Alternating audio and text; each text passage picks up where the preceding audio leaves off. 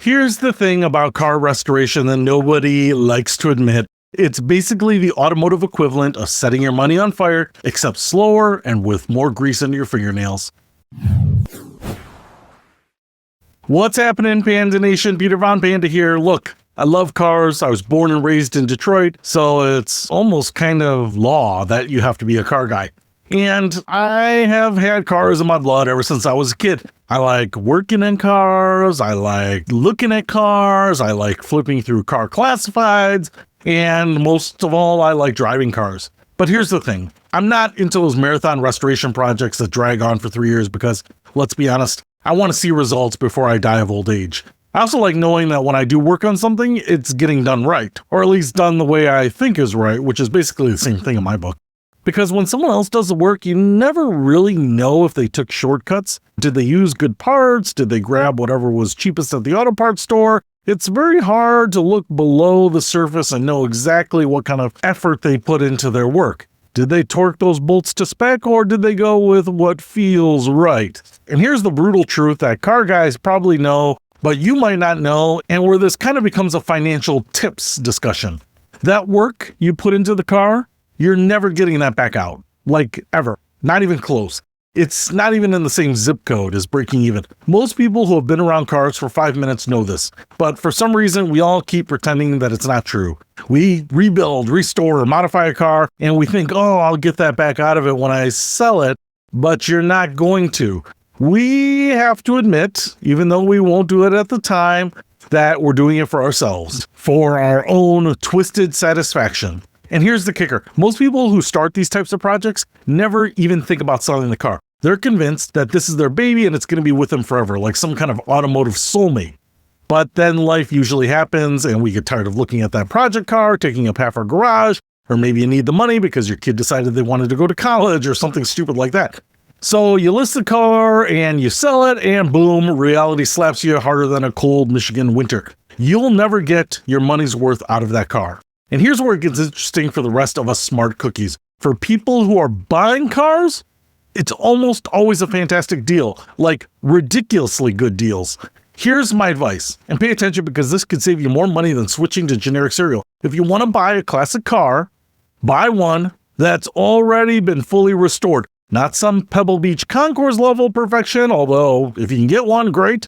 That's going to cost you a pretty penny, but find someone who's already done all that heavy lifting. Think about it. If you want to take your car to a shop for a full rotisserie restoration, an engine rebuild, chassis work, the whole 9 yards, you're looking at a couple $100,000 easy. And that's assuming your shop doesn't discover any surprises along the way, which they always do. And by the way, your frame is basically held together by rust and good attentions. That's going to be another 20 grand. And the people at the Roadster shop are going to give themselves a nice little bonus.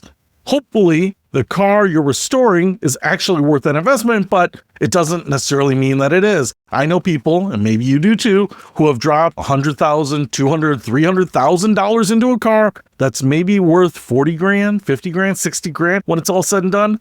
And they didn't do the math wrong.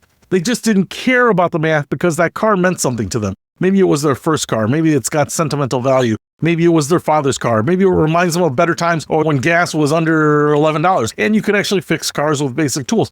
But when you're buying instead of building, you can actually find these beautifully restored cars where the price represents a tiny fraction of what they actually spent on it. Sure, you might not love every choice they made. Their personal touches might not be exactly your style. Like how some people think putting a hot tub in the kitchen is a good idea. I swear to God, I thought the ladies would love eating and lounging in the same room. But if you want a car that runs well and looks gorgeous, this is your path to happiness. Let me tell you 2 quick stories here of listings that I actually saw that were real. In one case, someone took a 1984 Jaguar XJ6, a car that I really like. It's not my favorite XJ6 model, but they did a full-on restoration.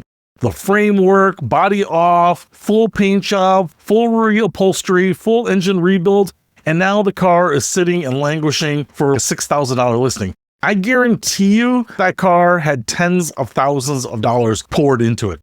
And another one, and I'm not sure why this one happened. I think maybe they owned a body shop or something, but there was a Chevy HHR. This car is probably worth $4,000, $4,500 on a good day. And they did a full body off, scrape it down to bare metal, repaint everything, powder coat the undercarriage, new carpet, new upholstery, custom headliner, and the car is listed for right around what it probably should be listed for, about $3,800. But I guarantee you the paint job alone is probably worth $8-9 grand. And let's say you're looking for a car that's maybe something that you actually do want.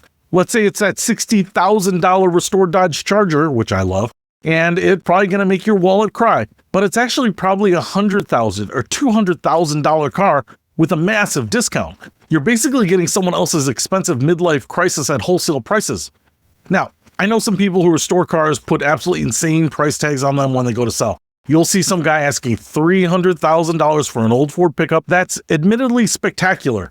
But come on, here's the thing. I don't see these overpriced beauties actually selling at those prices. You can list a car for whatever you want. But if you eventually need the money, reality is going to set in and they're going to have to move that truck and you're going to get what people are going to actually pay for, which is probably a fraction of the total cost that you have invested in it. You'd be surprised at what a nagging spouse will get you to do with the car that you loved and spent your life savings on. So whatever the reason, that price is going to drop to $25,000, $22,000, maybe $18,000. And at that price point, you're getting what I like to call a smoking hot deal on someone else's labor of love. So look, if you're in the market for a classic car, or like that HHR, it's not really a classic yet, don't just look at barn finds and project cars. Consider going ahead and spending a little more on something that's been completely gone through already by someone who actually knew what they were doing. Because even at that higher price, I think in most cases, you're still getting a massive discount on what it would cost you to do that work yourself. So trust me, your future self and your bank account will thank you for it. Peter Von Panda, out.